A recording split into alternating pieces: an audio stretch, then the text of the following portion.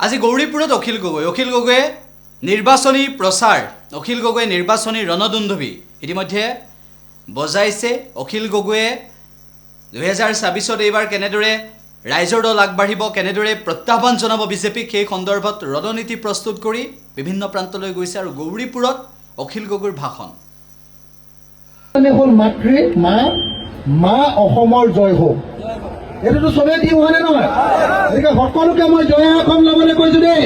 কোনেও জয়া অসম দিয়ে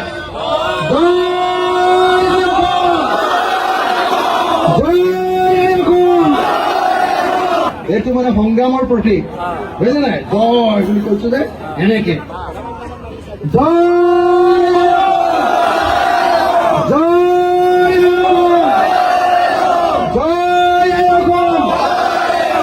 ৰাইজৰ দল জিন্দাবাদ, ৰাইজৰ দল জিন্দাবাদ, ৰাইজৰ দল জিন্দাবাদ।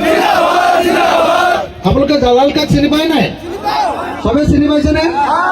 জালাল কাই আমাৰ এইবাৰ এইটো সমষ্টিত লাগি আছে কামত। এইটো সমষ্টিত আমাৰ ৰাইজৰ দলকৈ এজন লাগি থকা মানুহ হ'ল জালাল কা, জামাল কাক চবে চিনি পায় নে নাই? সকলোকে মই হাত তালি বজাই জামাল কাক আপোনালোকক মৰম কৰিবৰ কাৰণে অনুৰোধ জনাইছো।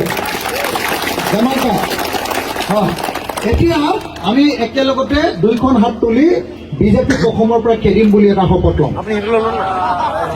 দুইখন হাত তোলক। জয় জুবিন দা, জয় জুবিন দা। জুবিন দাই ন্যায় পাব লাগিবই, জুবিন দাই ন্যায় পাব লাগিবই। জয় জুবিন দা, জয় জুবিন দা, জয় জুবিন দা, জয় অসম, জয় অসম। ৰাইজৰ দল, ৰাইজৰ দল, ৰাইজৰ দল।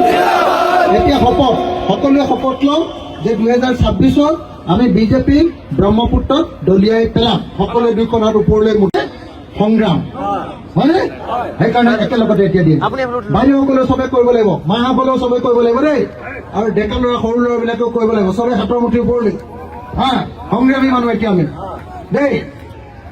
আজি ধুবুৰী জিলাৰ গৌৰীপুৰ সমষ্টিত অনুষ্ঠিত হোৱা ৰাইজৰ দলৰ গণসমাৱেশত উপস্থিত থকা সকলো ৰাইজে আমি শপত খাওঁ, কচম খাওঁ, সংকল্প লওঁ যে 2026 চনত বিধানসভা নিৰ্বাচনত হিন্দু সাম্প্ৰদায়িক দল বিজেপি আৰু মুছলমান সাম্প্ৰদায়িক দল AIDF ব্ৰহ্মপুত্ৰত দলিয়াই পেলাম। 2026 চনত হিমন্ত বিশ্ব শৰ্মা আৰু বদৰুদ্দিন আজমলক বাংলাদেশলৈ খেদি দিম।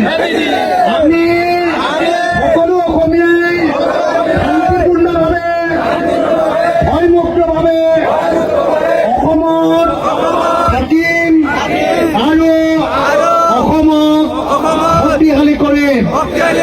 হিন্দু মুছলমানে এক হওক, হিন্দু মুছলমানে এক হওক, হিন্দু মুছলমানে এক হওক, হিন্দু মুছলমানে এক হওক, হিন্দু মুছলমানে এক হওক।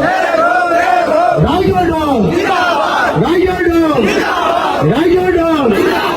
সকলো পিতৃ মাতৃ মা দেউতা সকলোকে ধন্যবাদ জনাই, আব্বা আম্মা আৰু ককাই ভাই সকলোকে ধন্যবাদ জনাই আজিৰ সভাখন ইয়াতে শেষ হ'ল বুলি মই ঘোষণা কৰিলোঁ।